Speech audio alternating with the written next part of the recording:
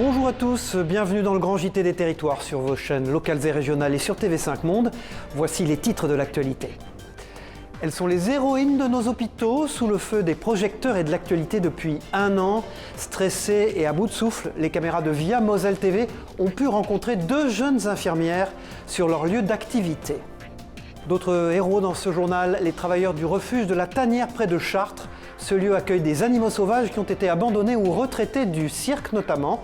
Là-bas, lions, éléphants et singes y vivent des jours heureux, vous le verrez.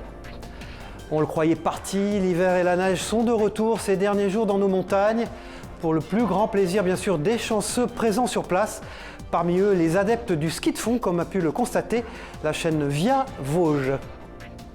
Enfin, nous vous raconterons dans ce journal l'aventure d'un habitant de Béziers qui se prépare à parcourir 6000 km à pied pour la bonne cause, bien sûr, entre le Burundi et l'Égypte. Pour l'heure, notre marcheur est encore en pleine préparation, vous le verrez.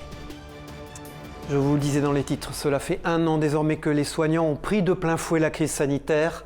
Fatigue, stress, lassitude, perte de sens même, ils subissent les conséquences d'une épidémie ingérable et particulièrement bien sûr les infirmières en réanimation. Oriane Valou, journaliste pour VIA Moselle TV, a pu suivre deux d'entre elles dans leur quotidien. Regardez ce reportage. Bon, du coup là on rentre dans la chambre d'un patient donc Covid positif. Un an après la première vague, le quotidien de Clémence Casadeval n'a pas beaucoup changé. Le mot Covid est dans toutes les bouches, dans sa tête en permanence. À 28 ans, elle a été diplômée de son école d'infirmière il y a à peine 2 ans et demi, et déjà la moitié de sa carrière s'est déroulée sous l'ère Covid-19. Et si elle a choisi d'intégrer les équipes de réanimation, la lassitude est désormais bien présente, entre confinement, travail harassant et peur de contaminer ses proches. On voit des gens comme ça et des morts tous les jours. Et en fait, on a l'impression de voir que ça, de rentrer chez nous et de continuer notre petite vie. Sauf qu'en fait, à côté, on ne peut pas sortir, on ne peut pas se vider la tête, on ne peut pas avoir de gens. Ça fait qu'on n'a pas du tout d'exutoire. Au point que parfois, la jeune infirmière regrette son choix de carrière. C'est hyper intéressant. Mais après, si on m'avait dit qu'elle allait avoir cette épidémie, j'aurais pas choisi ce service. C'est plus humain ce qu'on fait, enfin, c'est du travail à la chaîne. Clémence se souvient de ce chaos vécu par les équipes de soignants au plus fort de l'épidémie il y a un an. De 24 lits habitués à cette prise en charge, la réa est passée à plus de 40. D'autres services de l'hôpital ont dû également accueillir des patients Covid pour absorber l'affluence. Il y a eu notre centre d'Altir, de dialyse chronique en fait, qui a été ouvert en open space avec des patients de réanimation intubés. Vraiment, c'était incroyable en fait. Et si la tension dans le service de réa n'est plus aussi forte, l'hôpital de Mercy reste à un niveau élevé de prise en charge de cas Covid, notamment à cause du nombre de variants croissants, des cas devenus la norme, comme l'épidémie elle-même. Comme sa collègue, la réanimation de l'hôpital de Mercy est le premier poste de Julie Fazot. À 23 ans, cette jeune infirmière vit au rythme des intubations et des décubitus ventraux. Psychologiquement, c'est difficile parce que on se dit qu'on a déjà vu beaucoup de personnes mourir. Malgré tout, la jeune femme reste positive. J'ai toujours voulu faire ça, j'ai toujours voulu prendre soin des autres et je le referai sans hésiter. Ce qui fait tenir, nous confient ces jeunes infirmières, c'est la solidarité entre collègues, une équipe soudée qui permet de ne pas flancher. Et parmi les personnes impactées par la crise actuelle, il y a les plus jeunes bien sûr qui doivent faire face à davantage de précarité. Fini pour eux les petits boulots. Des initiatives fleurissent un peu partout en France pour les soutenir financièrement. Une grande enseigne à Vannes a lancé par exemple l'opération 21 repas à 21 €. Et pour montrer aux plus jeunes que l'on peut cuisiner sans se ruiner, le chef étoilé Olivier Samson leur a préparé un plat pour 1 € seulement. Au menu, lentilles, carottes, œufs pochés.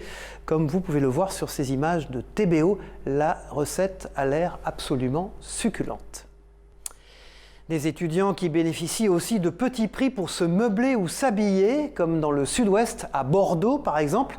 Grâce à l'association Etu Récup et moyennant 3 € d'adhésion, les jeunes peuvent ainsi récupérer des équipements nécessaires à la vie de tous les jours et à des prix défiant toute concurrence. Ce sont des images qui nous ont été envoyées par TV7, la chaîne du groupe Sud-Ouest en Gironde. Il nous menace par intermittence. Le confinement ne concerne pas que les hommes, il concerne aussi les chevaux.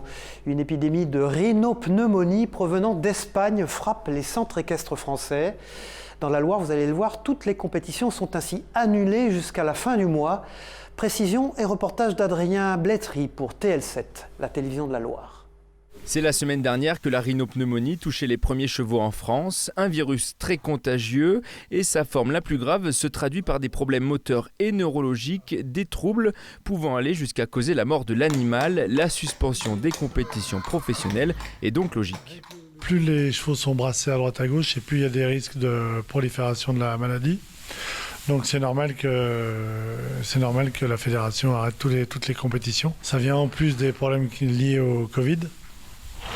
Et on avait au moins le droit à des compétitions pour les professionnels.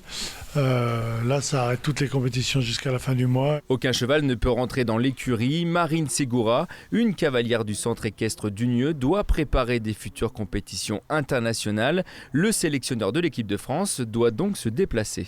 Et en tout, 100 chevaux sont donc confinés ici, dans cette écurie, mais leur vie n'est pas trop chamboulée. Ça les impacte pas vraiment parce qu'on continue à les sortir, à les travailler comme s'il n'y avait rien, donc ça leur provoque pas un gros changement pour eux. Les écuries françaises attendent alors la vaccination de tous leurs chevaux. Après ça, il faudra attendre 4 semaines, le temps que la dose administrée fasse effet. On reste dans le domaine des animaux, je vous emmène maintenant dans un zoo pas comme les autres. La Tanière est un zoo-refuge situé près de Chartres qui recueille, soigne et protège des animaux abandonnés, issus de trafic ou retraités du monde du cirque ou des laboratoires de recherche.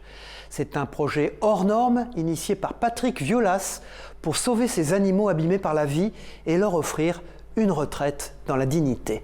Regardez ce reportage de Christophe Rigaud pour le Grand Journal des Territoires.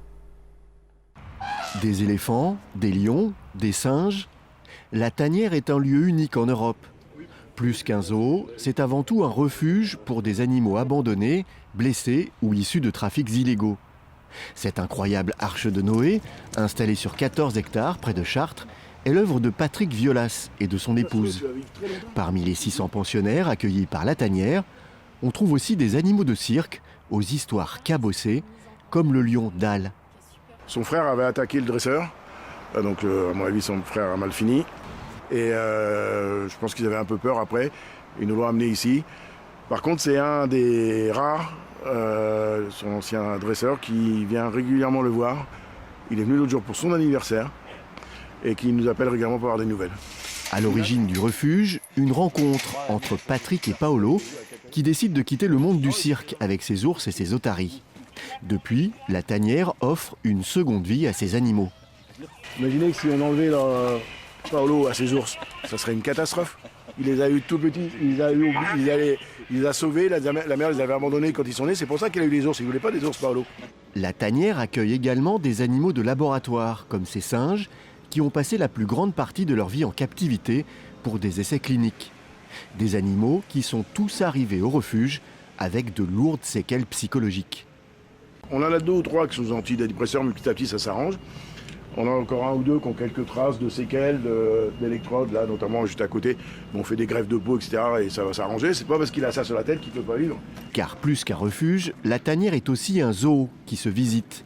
D'abord pour faire fonctionner économiquement la structure, mais surtout pour faire de la pédagogie.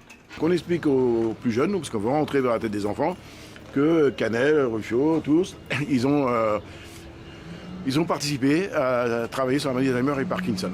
Et que peut-être que grâce à Canel, Ruffiot, leurs grands-parents vivront un peu mieux leur maladie, qu'eux profiteront un peu mieux de leurs grands-parents. On ne dit pas que c'est bien ou que c'est pas bien, on leur explique ça. Avec la crise sanitaire, la Tanière attend toujours de pouvoir rouvrir ses portes au public. Une situation délicate pour les finances du refuge, mais une aide d'urgence de l'État doit être prochainement débloquée. Une bouffée d'air indispensable pour la Tanière, qui depuis 2019 a déjà sauvé plus de 1000 animaux. Il y aura un peu de magie de brocéliande dans la nouvelle flèche de Notre-Dame de Paris. Un arbre vieux de 90 ans a été choisi pour la charpente de la cathédrale. Justine Barrault pour TVR à Rennes s'est rendue dans la forêt bretonne pour un reportage tout en hauteur, vous allez le voir. Cet arbre vieux de 90 ans, mesurant 15 mètres, a été choisi pour la charpente de ce monument célèbre, détruit il y a près de 2 ans dans un incendie. Cet arbre a été sélectionné par un expert forestier donc monsieur de Baguillon.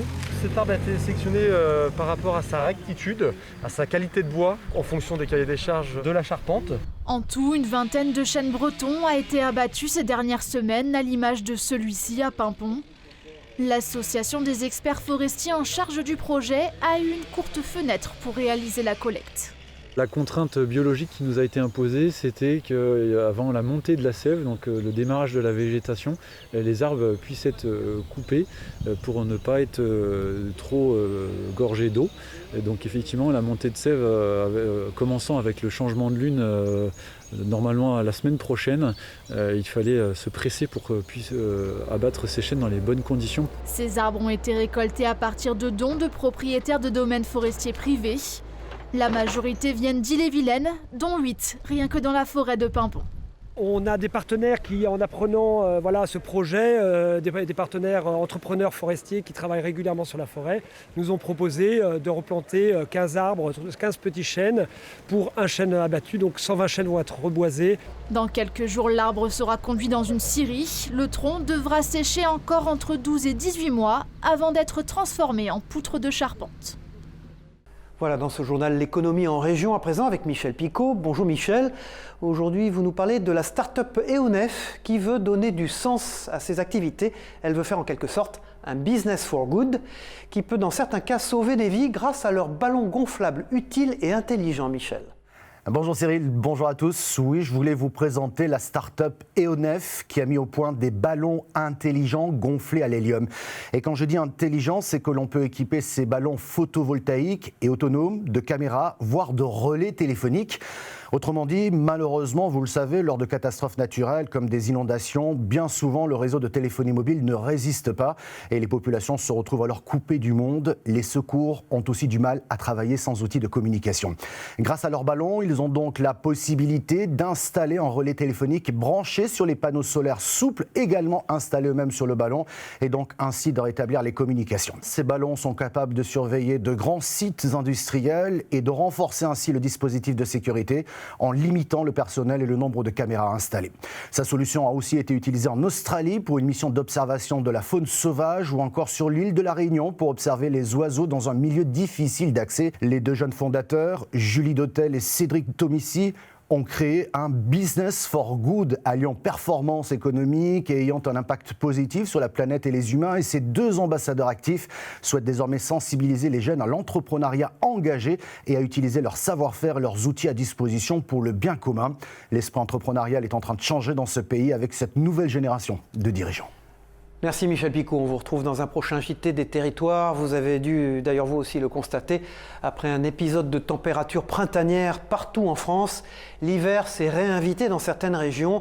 La neige est tombée en abondance sur la plupart des massifs ces derniers jours, pour le plus grand plaisir des fondeurs. Les fondeurs, ce sont les adeptes du ski de fond dont la pratique a explosé cette saison.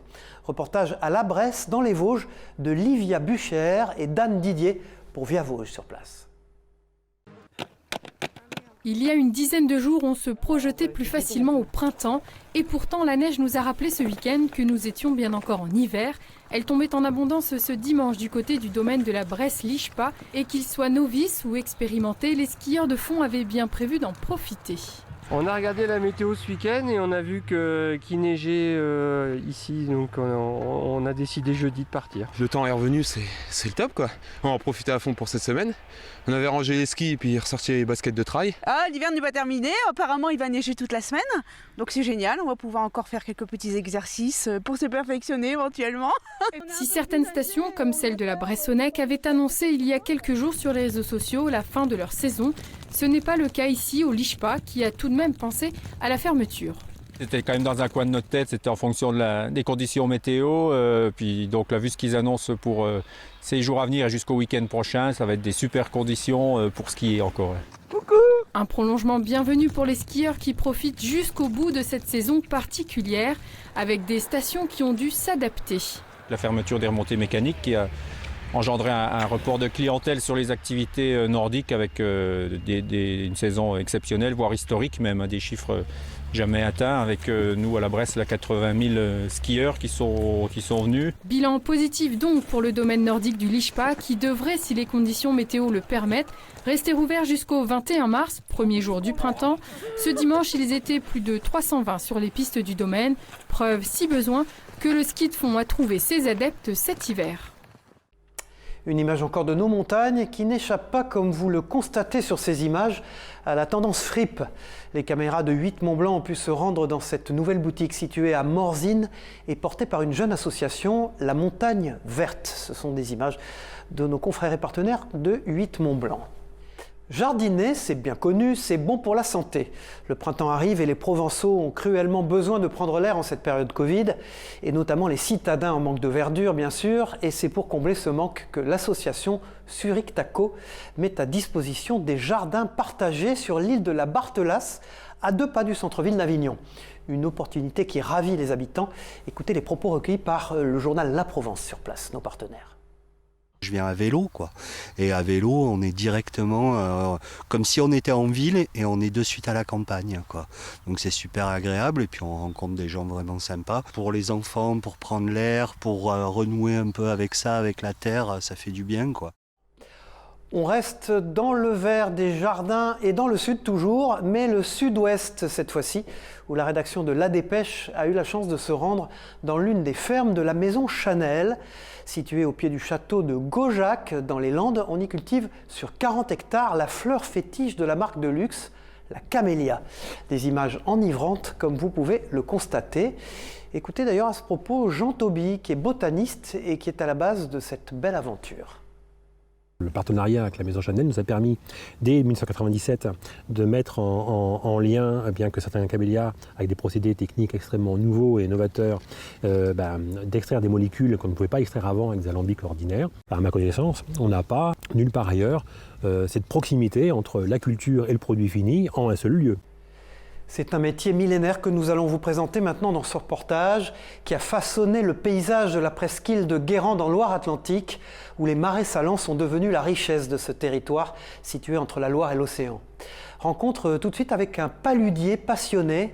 C'est un métier méconnu et pourtant historique. C'est un reportage d'Anaïs Denette pour nos partenaires de Télé Nantes sur place. Regardez. Avant la saline, Nicolas a une vie normale, de celle qui vous file entre les doigts, où tout va vite, puis il a rencontré les marais et le sel. Alors ce qui me plaît, c'est déjà le calme. Vous voyez, on est là, on est pour soi. Et puis l'accord avec la nature, il faut être clair. Tout ça, ça a l'air naturel, on a l'air d'être en pleine nature, mais c'est pas vrai du tout. C'est entièrement construit. Et donc ça prouve bien que nous, les humains, sommes capables de faire des trucs en accord avec la nature. Ça fait 1000 ans que ça existe comme ça, et nous on est juste là pour l'entretien, pour améliorer si on peut, mais alors des toutes petites choses, parce qu'il y a 1000 ans que les gens améliorent, alors maintenant il n'y a plus grand chose à améliorer. À quelques mètres de la saline se dresse la Salorge, imposant monstre de bois, où se cache le travail de toute une année. C'est du sel de 2019, parce qu'on stocke toujours au moins une année de stockage pour que le sel s'égoutte bien, parce qu'il sort directement de l'eau, c'est du sel naturel. Nicolas n'est pas de ces agriculteurs taiseux. Parfois, il accueille des groupes scolaires pour rompre cette solitude du paludier. En ce moment, 2 acolytes poilus lui tiennent compagnie. Ça chasse les souris surtout. Alors plutôt que de faire du piégeage chimique, comme on fait, moi j'ai du piégeage naturel à la force des chats. De la Loire-Atlantique à la Martinique maintenant dans ce grand JT des territoires, avec un retour sur un défi relevé à l'occasion de la Journée internationale pour les droits des femmes. 24 femmes du lycée professionnel de Croix-Rivaille à Ducos ont pris la barre du Niol ronde. Une Niol, vous allez le voir, c'est un bateau. Une discipline encore trop souvent considérée comme masculine. Ces femmes, déterminées à casser les idées reçues, ont profité de ce moment pour montrer tout leur savoir-faire. Propos recueillis par Via ATV Martinique, nos confrères et partenaires sur place. Une fois à bord, on se rend compte que on a le truc et on est capable et on s'y met et on a envie de se donner à fond. Et le résultat à la fin, il est là, on est content. Voilà, toujours dans l'actualité, ça fait assez de bruit pour que vous en entendiez parler. Alors que les théâtres et salles de spectacle sont toujours portes closes, certains artistes arrivent tout de même à jouer et à pratiquer leur art, notamment devant des classes d'élèves ou bien devant des professionnels du monde du spectacle. Des représentations intimistes auxquelles très peu de personnes sont autorisées à assister. Reportage d'Hélène Galliana pour Via Le Mans TV, qui a pu, elle, y assister. L'image est devenue rare. Du public dans une salle de spectacle. Face à des professionnels du monde de la culture, Bertrand Cauchois présente sa dernière réalisation. On a heureusement le droit de faire venir des professionnels, donc des programmateurs et des programmatrices qui viennent pour voir notre travail et potentiellement l'acheter pour les saisons prochaines. Pour voir des spectacles, il faut retourner sur les bancs de l'école. Des artistes se produisent devant des élèves, comme ici, au lycée professionnel Jean Rondeau de Saint-Calais. On voit, à travers les discussions que je peux avoir avec eux, en tout cas ce manque de culture au-delà de la crise sanitaire. C'est pas assez. Tout ce qu'on fait, tout ce qui est fait n'est jamais assez pour qu'ils puissent s'ouvrir à d'autres imaginaires, etc. La compagnie a pris très tôt la décision d'annuler toutes ces représentations jusqu'à fin avril. On a fait le travail 2 ou 3 fois à chaque fois pour pouvoir remettre en place des propositions. Mais à chaque fois, ces propositions sont tombées à l'eau. Maintenant, c'est vers l'après que se tournent les artistes et caressent toujours l'ambition de retrouver leur public. Je ne me rappelle plus ce qui s'est dit. Il est régulièrement sous les projecteurs. Il s'agit du château de Grousset, à Montfort-l'Amaury, dans les Yvelines. Il accueille très régulièrement des tournages, d'émissions, de films. Il a été construit en 1815 et la bâtisse vient d'être rachetée par un repreneur qui souhaite en faire un lieu culturel. Un sujet de Mélanie Poquet pour la rédaction de TV78 dans les Yvelines.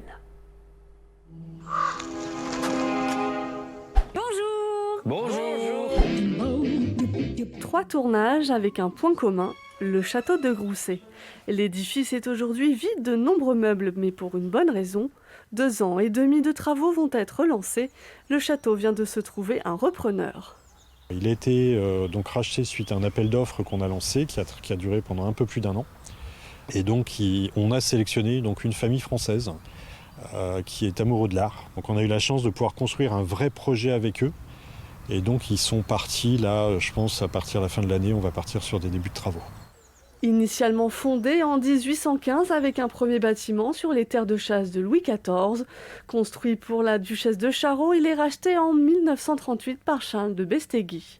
C'est un château qui a une particularité, c'est que très peu de gens savent que depuis 1950 jusque dans les années 70, date de décès de Charles de Bestéguy, tout le café society parisien venait faire la fête au château de Grousset. Ça a toujours été privé jusqu'en l'an 2000. Quand la famille de Bestéguy va vendre le château, c'est Jean-Louis Rémilleux qui va racheter le château derrière et qui pendant 10 ans va en faire une restauration. Il y a 6 ans, des amoureux du château et d'histoire se lancent dans l'aventure et créent l'association Patrimoine Aventure. C'est nous qui avons, entre guillemets, initié cette volonté de découvrir qui était ce personnage, Charles de Bestéguy, et de faire découvrir l'influence qu'il a encore aujourd'hui sur l'architecture et le design. Et donc on a créé une visite qui permet à chacun de comprendre la folie de cet homme, mais surtout l'influence sur l'architecture et le design. Le château est classé monument historique depuis 1993. À l'issue des travaux, des artistes seront accueillis à demeure. On devrait encore l'apercevoir dans de nombreux longs métrages. Le site accueille toujours des équipes de tournage. Voilà, vous l'avez vu dans les titres de l'actualité tout à l'heure, une belle et courageuse aventure pour terminer ce grand JT, celle d'un Biterrois qui s'apprête à parcourir plus de 6000 km à pied en longeant le Nil. Du Burundi jusqu'en Égypte, c'est un véritable parcours du combattant afin d'acheminer d'ailleurs des dons de médicaments pour la population sur place. Claude Cazès, c'est son nom, s'envolera pour son aventure en solitaire le 30 mars prochain. Pour l'heure, il se prépare à toutes les éventualités, comme vous allez le voir dans ce reportage de Fatima Kiati pour la rédaction de Via Occitanie sur place. Plus de 6000 km à pied en longeant le Nil à travers 7 pays d'Afrique.